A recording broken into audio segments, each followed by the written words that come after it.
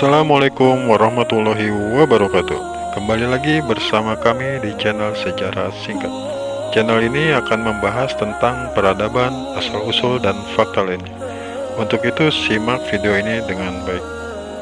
Oke, baik, sebelum kita lanjut, jangan lupa untuk subscribe, like, and share biar kalian tidak ketinggalan info menarik lainnya. Dan berikan juga kritik serta saran di kolom komentar. Oke, langsung aja siapkan kopi dan cemilan kalian, karena di video kali ini kita akan membahas tentang batu Hajar Aswad, atau pada umumnya biasa kita bilang batu Hajar Aswad. Karena banyak juga dari kita yang belum tahu dari mana batu Hajar Aswad dan siapa orang yang pertama kali menemukan batu tersebut.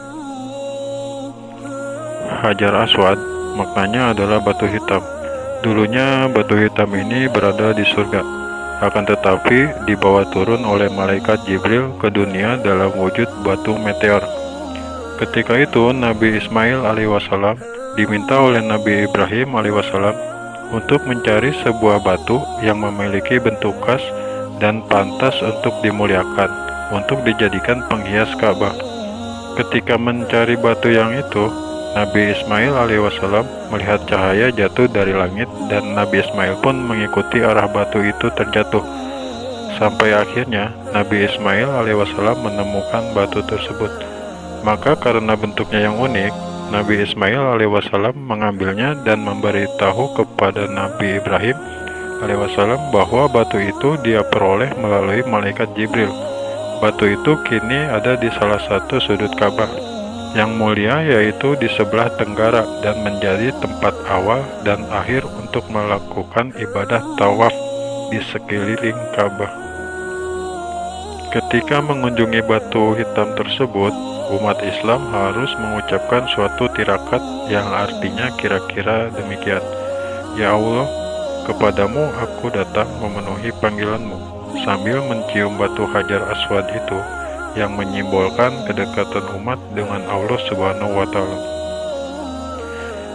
Batu itulah yang kemudian diberi nama Hajar Aswad atau Hajar Aswad, dan sejalan dengan kemajuan zaman, akhirnya batu hitam tersebut dibuatkan bingkai dan ditaruh pada posisi 1,5 meter dari atas permukaan tanah.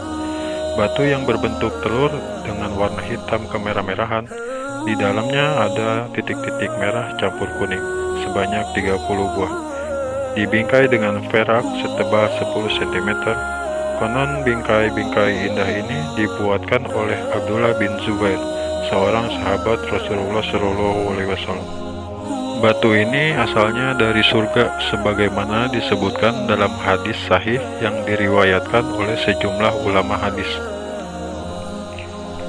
Dari Ibnu Abbas radhiyallahu an bahwa Rasulullah SAW bersabda, Hajar Aswad turun dari surga berwarna lebih putih dari susu, lalu berubah warnanya jadi hitam akibat dosa-dosa Bani Adam.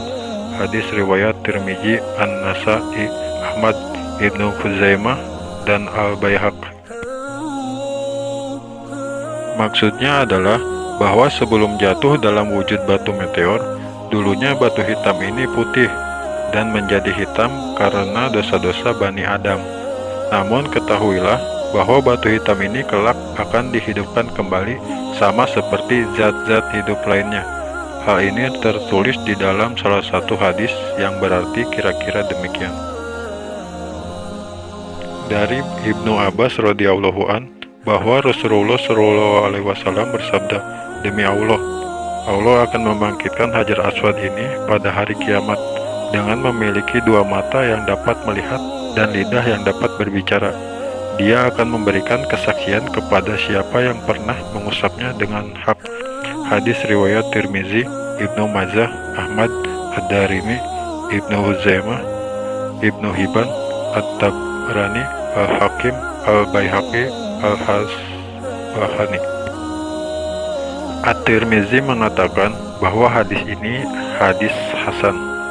Sedangkan Al-Albani mengatakan bahwa hadis ini sahih dalam kitab Sahihul Jami' nomor 2180, 5222, dan 6975. Dari Abdullah bin Amru berkata, malaikat Jibril telah membawa Hajar Aswad dari surga lalu meletakkannya di tempat yang kamu lihat sekarang ini. Kamu tetap akan berada dalam kebaikan selama Hajar Aswad itu ada. Nikmatilah batu itu selama kamu masih mampu menikmatinya, karena akan tiba saatnya di mana Jibril akan datang kembali untuk membawa batu tersebut ke tempat semula. Hadis riwayat Al-Ajra.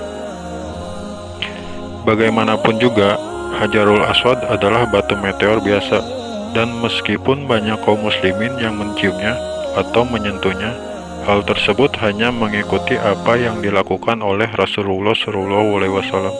Umar bin Al-Khattab berkata, "Demi Allah, aku benar-benar mengetahui bahwa engkau adalah batu yang tidak bisa memberi mudarat maupun manfaat. Kalaulah aku tidak melihat Rasulullah SAW menciummu, aku pun tidak akan melakukannya." Ini bukan berarti bahwa umat Islam hanya sekedar ikut-ikutan semata, melainkan karena kehendak Allah Subhanahu wa Ta'ala. Wallahu a'lam bishawab.